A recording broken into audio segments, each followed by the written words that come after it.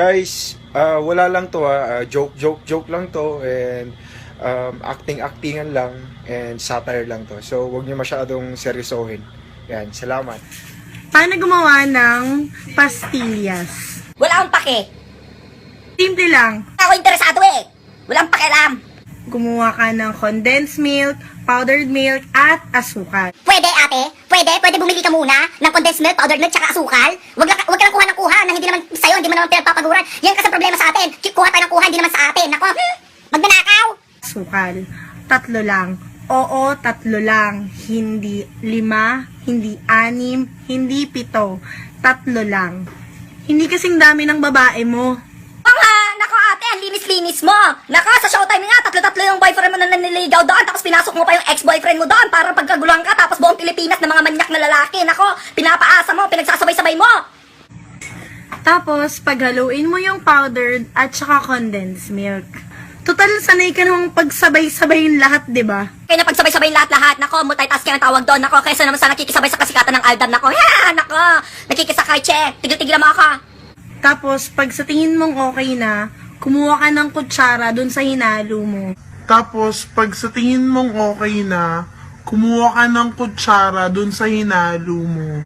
Tapos, pag sa tingin mong okay na, kumuha ka ng kutsara dun sa hinalo mo. Ate, nakadrugs ka ba? Ate, wala kang nilagay na kutsara doon sa hinalo mong powdered milk at saka condensed milk. Ate, wala kang kukunin doon na kutsara dahil wala kang hinalong kutsara doon. Wala kang makukuhang kutsara doon sa hinalo mo. Nakadroga ka ba, ate? Tapos, pag sa tingin mong okay na, kumuha ka ng kutsara dun sa hinalo mo. Tapos, bilug-bilugin mo. Kumuha ng kutsara doon sa hinalo. Tapos, bibilog-bilugin. Paano ba ito bibilugin? Ay, naputol.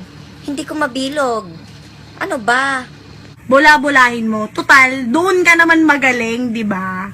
Paikutin mo sa mga palad mo. Paglaruan mo hanggang gusto mo. Kagaya ng ginawa mo sa akin, tangina mo. Ang ina mo din. Nako, ikaw nga, binobola-bola mo lang tao, ginagamit-gamit mo lang yung 3, binobola mo, niloloko mo, pinapaasa mo. Hindi lang yung 3 lalaki pinapaasa mo sa showtime. Nako, pati mga nanonood, pinapaasa mo, niloloko mo, binobola mo. Tang ina mo din. Ang nambobola, hindi ka lang nagpapaasa, hindi ka lang nanloloko. Nako, nang aagaw ka pa ng eksena, dapat sa akin yan. Dapat nandiyan ako sa showtime dati pa, di ba? Inagawan mo ako, tang ina mo.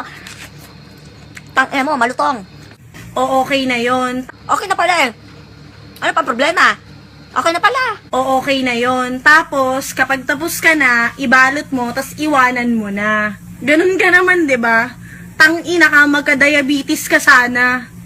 Ina mo din, 1 taon, 1 dekada, 1 30th month eh. Tigil-tigilan mo ako, ikaw nga dyan, binalo, tapos iniwanan, tapos ngayon, ibebenta mo yung pastillas mo sa lahat-lahat. Iba-ibang tao. Nako, tigil-tigilan mo ako, tang ina mo din. Nako, bottomless. Tang ina mo. Ka-HIV ka sana.